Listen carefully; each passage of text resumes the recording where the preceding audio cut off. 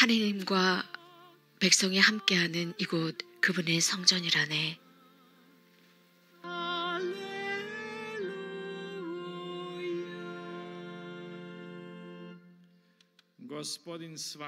주님께서 여러분과 함께 요한이 전한 거룩한 복음입니다.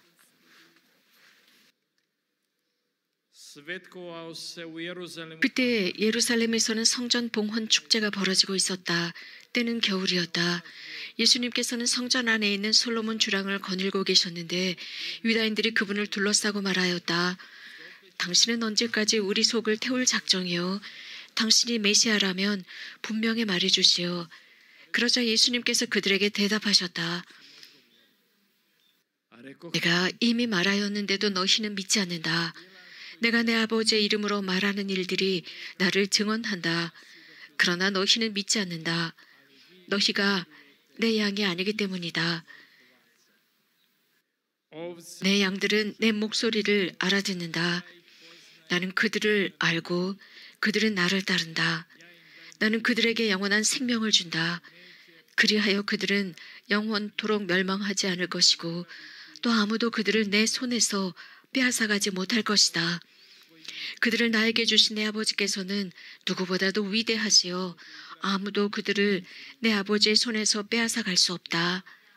아버지와 나는 하나다. 주님의 말씀입니다.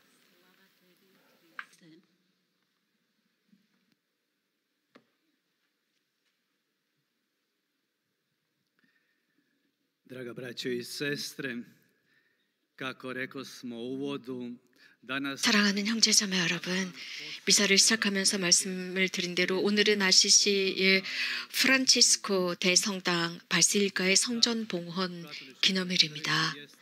바실리카, 카톨릭 교회에서의 바실리카라는 의미는 전례적인 입장에서 매우 특별한 성전입니다. 오늘 우리는 그리스도를 중심으로 축제를 지내고 있지만 그리스도께서도 교회 안에서 봉사하셨던 분, 그분께서는 1226년 성 조르조 성당에 묻히시게 됩니다. 그리고 2년이 지난 뒤에 성인으로 시성이 되었고 그 다음 날 그레고리오 9세 교황께서는 머릿돌을 축성하십니다. 그리고 아시시의 프란치스코 성인의 유해는 옮겨집니다.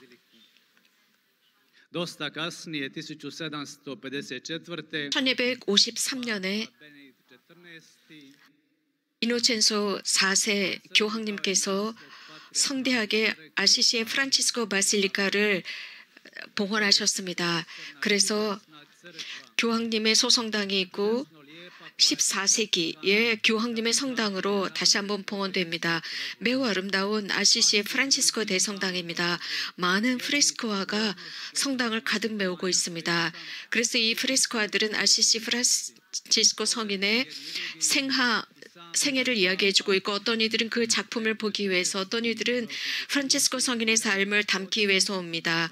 베네딕토 14세 교황님께서는 어느 한 회칙에서 이런 말씀을 하셨습니다. 하느님께서는 성경 안에서 약속해 주신 것이 있습니다. 그를 들어올릴 것이다. 곧 겸손한 당신 아들을 닮은 그를 들어올릴 것이다 라고 했는데 아시시의 프란치스코 성인은 이렇게 사셨습니다. 사부 성 프란치스코는 평생을 다해서 죽을 때까지 작은 자가 되고 싶어 하셨습니다. 겸손하셨습니다. 하지만 하느님께서 그분을 들어올리셨습니다. 성인의 유해는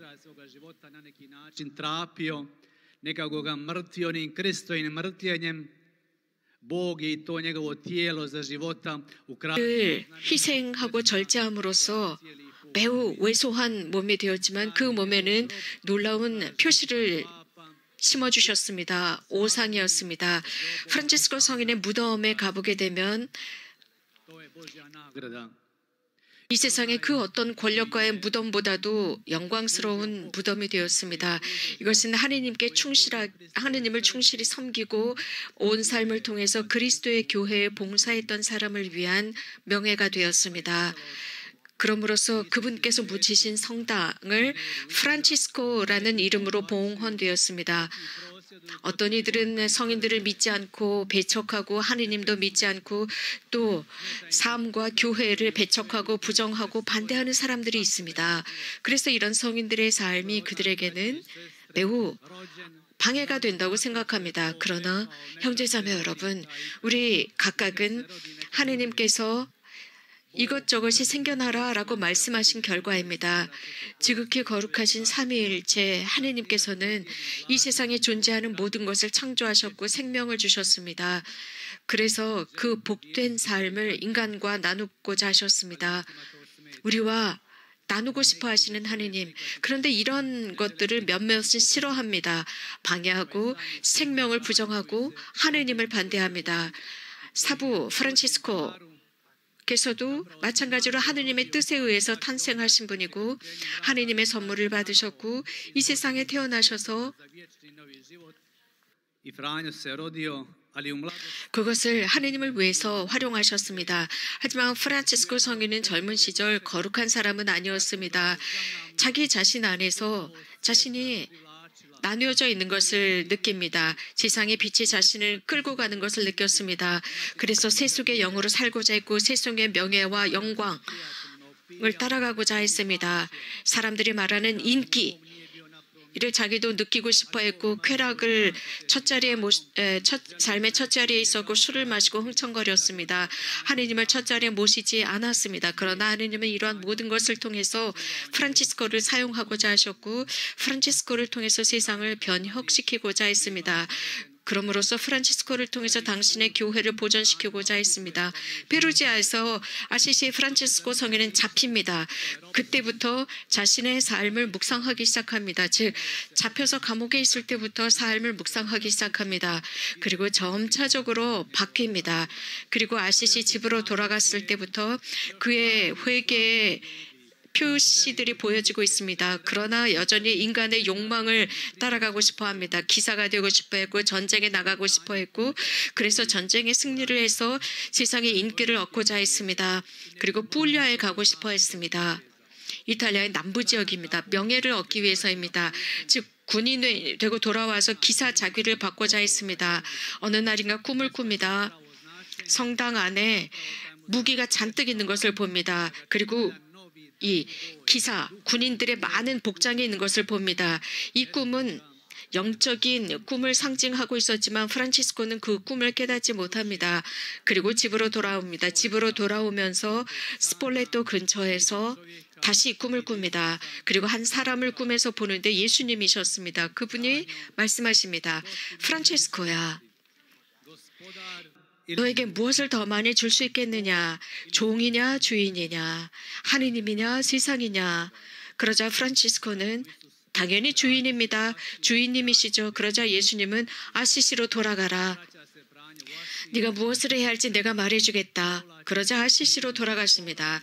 그리고 자연으로 들어갑니다. 침묵 생활을 합니다. 고요함 속에 살기 시작하면서 인생을 묵상하고 변화됩니다. 그래서 또 이러한 위기를 넘어서고 로마로 기도하러 가기로 작정합니다. 로마 순례길을 떠납니다. 그리고 첫 사도들의 성당들을 방문하면서 그곳에서 기도하기로 결정합니다. 그곳에 도착합니다. 거기에서 가난한 사람들을 봅니다. 물론 그런 가난한 사람들을 전에도 보았지만 이런 사도들의 성당에서 가난한 사람들을 보았습니다. 그리고 그 가난한 사람들과 자신의 옷과 서로 바꿔 입습니다. 자신의 그 사치스러운 옷을 벗고 그 거지들의 옷을 입고 가난한 자의 입장이 어떤지를 느끼고자 했습니다. 바로 그 가난한 사람들이 천국에 들어갈 사람들이라는 것을 깨닫습니다. 그리고 가난한 자가 되고자 합니다. 아시시로 프란치스코는 돌아갑니다. 그리고 거기에서 나병 환자를 만납니다. 그 순간이 이제 자신의 삶의 전환점이 되었습니다. 거기에서 완전한 회개가 일어납니다. 아시시 프란치스코 성인에서 자서전에서 기록한 바와 같습니다. 첫 회개는 사실 회개하기 전에 나병 환자들을 보면 멀리 돌아갔지만 이제 나병 환자를 보면 기쁨이 옵니다 라고 하면서 나병 환자에게 가까이 가서 그를 포옹하고 입을 맞추고 돈을 줍니다.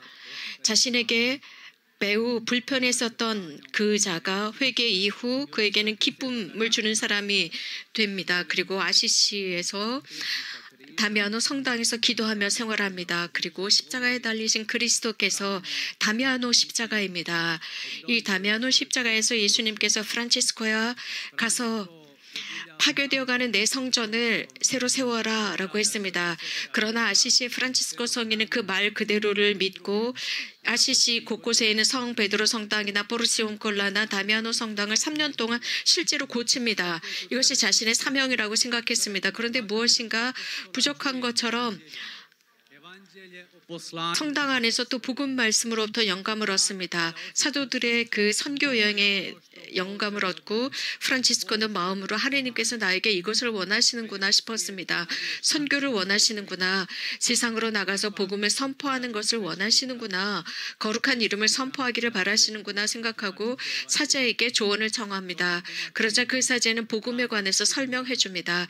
그리고 사제는 아주 상세하게 그 말씀을 해설해 줍니다. 하나님께서 나에게 원하시는 것은 세상으로 가는 것이구나. 선교사다. 그리스도의 복음을 전하는 것이다. 라는 이 말씀. 가난한 프란치스코, 무지한 프란치스코가 세상에 나가서 도대체 무엇을 선포할 수 있었을까? 성당 안에는 당시에 정말 학식 있는 많은 사람들이 있었던 상태였습니다. 프란치스코는 하나님의 은총을 자신이 체험한 것을 선포하기로 합니다. 자신이 생생하게 삶에서 느낀 것입니다. 삶은 단순하다는 것이고 하나님은 모든 사람을 보살펴 주신다는 자신의 경험. 그래서 복음은 충만한 기쁨을 가지고 실천할 수 있다는 것. 그래서 다른 사람보다 훨씬 더 작아지고 더 낮아짐으로써 기쁨을 얻는다는 것. 프란치스코는 자신의 삶으로 증언하기 시작합니다. 그렇게 함으로써 가장 멋진 설교가 되었습니다. 그런 말이 있죠. 프란치스코 성인의 말은 생생히 살아 있었고 삶으로 말하고 있었다. 삶으로 설교하고 있었다라고 하는 말이 있습니다. 평생을 살아가면서 설교했습니다. 돌아가시던 그날 아침 형제 여러분 우리 처음부터 시작합시다. 지금까지 거의 아무것도 하지 못했습니다. 라는 말씀을 하셨습니다. 이렇게 사부 프란치스코는 살아갔고 교회를 사랑했습니다. 교회를 매우 사랑했습니다. 그래서 멀리에서부터 성당이 보이면 어디에서든지 무릎을 꿇고 기도했습니다. 사랑하는 형제자매 여러분, 이것이 바로 그리스도의 교회입니다. 그 같은 교회, 즉 그리스도께서 만드신 바로 그 같은 교회입니다. 한 교회. 항상 같은 교회입니다. 천국의 교회, 지상의 교회, 바위 위에 세워진 교회, 예수님께서 약속해 주신 교회, 지옥문까지도 이 교회를 없앨 수 없을 것이라고 했습니다. 그 모델은 복되신 동정 마리아 우리 어머니이십니다. 교회, 우리의 어머니, 우리 가운데 교회가 있습니다. 역사를 초월합니다. 하느님으로부터 만들어진 교회, 복되신 동정마리아의 망도 안에 있습니다. 그분의 안전함 속에 보호받고 있습니다. 형제자매 여러분, 누구든지 교회로서 어머니로서 아버지를 모시고 있는 것입니다. 우리 주님께 기도합시다. 그래서 복되신 동정마리아의 전구와 프란치스코 성인의 전구를 통해서 당신 교회를 보호해 주시고 항상 이런 교회를 유지할 수 있도록 해달라 청합시다. 아멘.